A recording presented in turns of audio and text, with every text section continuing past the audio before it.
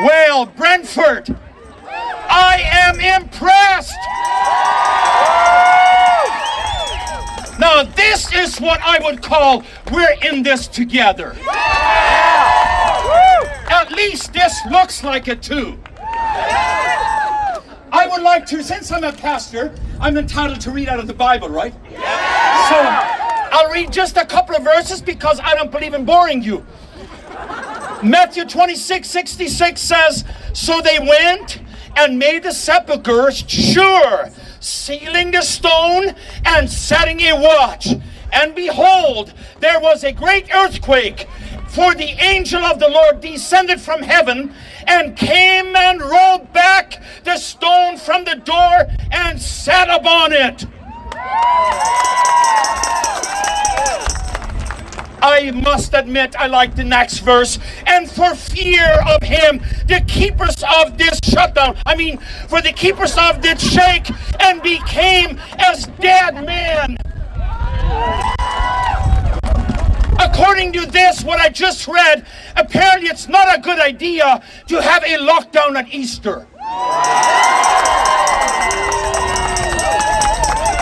Just watch those angels come down from heaven and they'll roll the stone away and they'll sit down right on it.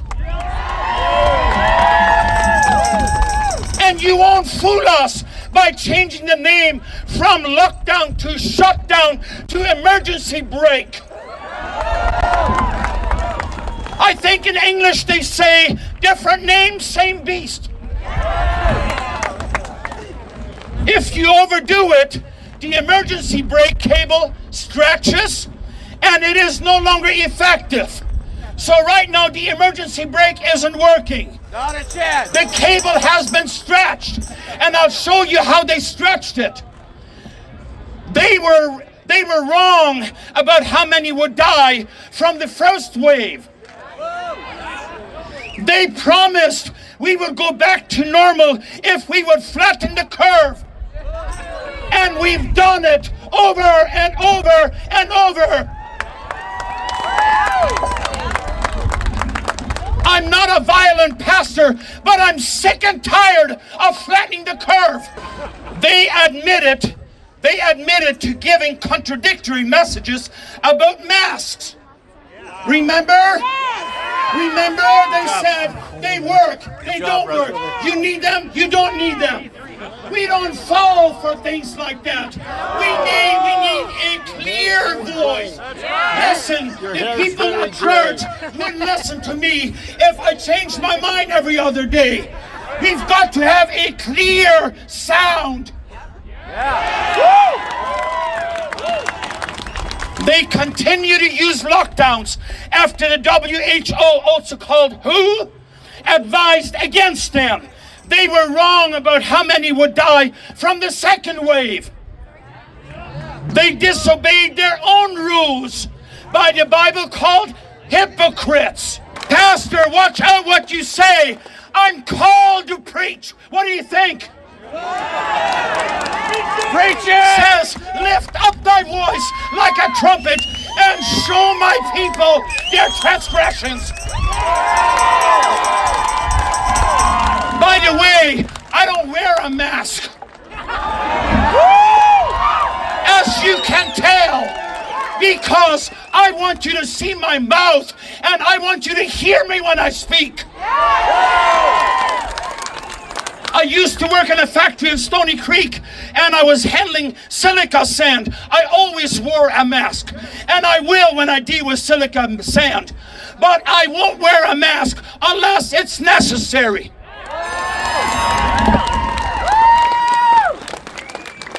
So they fooled us, or they try to fool us all this time. And here, spring is here.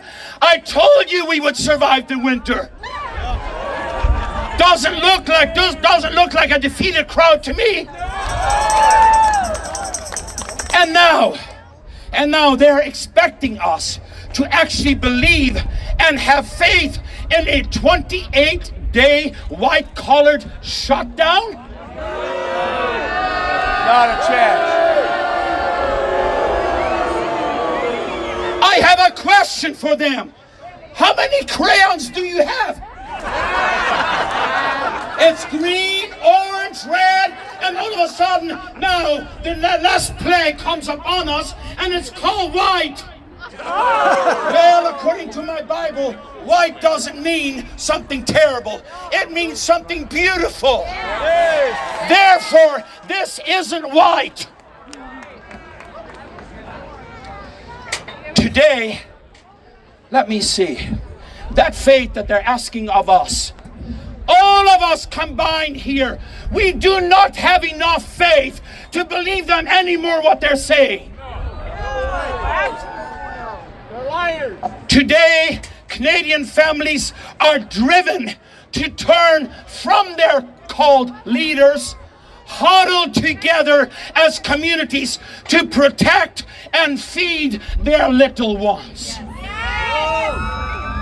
It should never be the case in Canada. It should never be the case that we're looking around. Where's the food? Let's make sure they won't take it all away from us. When you destroy more lives and livelihoods to save lives and livelihoods, it's called the cure is worse than the disease. I say I have a message for them. Sorry folks, I'm not mad, I'm just a little upset. I'm just a little passionate about this. I am sick and tired of you plaguing us with these shutdowns. And as you can tell, we aren't shutting down.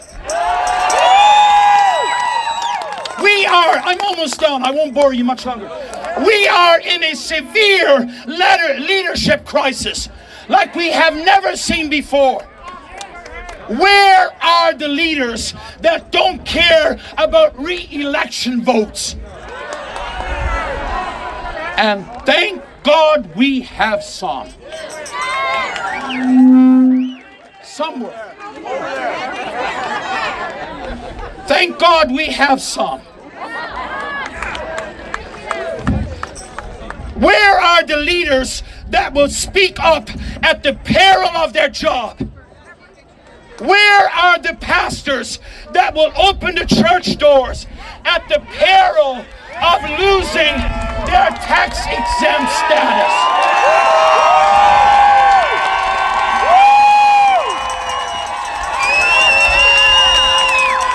I got a message for them. Government people, don't threaten me that you're going to take my tax-exempt status away. Do what you want. You can't touch God. God is the boss.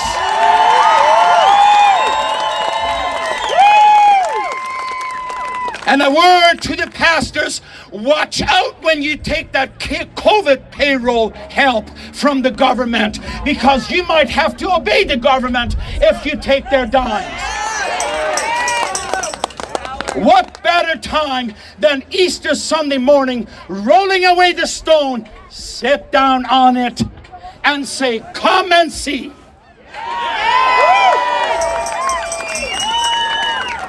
Now, an angel, the messenger of God that came down, he didn't kill the guards. So no threat, I won't kill anybody. No threat, okay?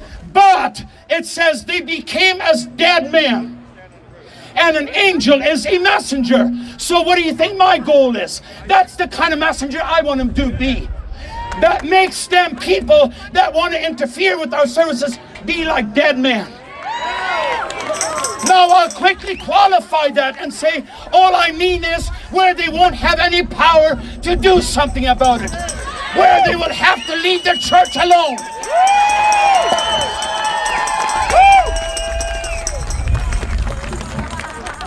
I am determined to keep on fighting. It's 1 year. We will keep on fighting as long as I have strength. And thank you for your prayers. Thank you. God bless you. God bless you.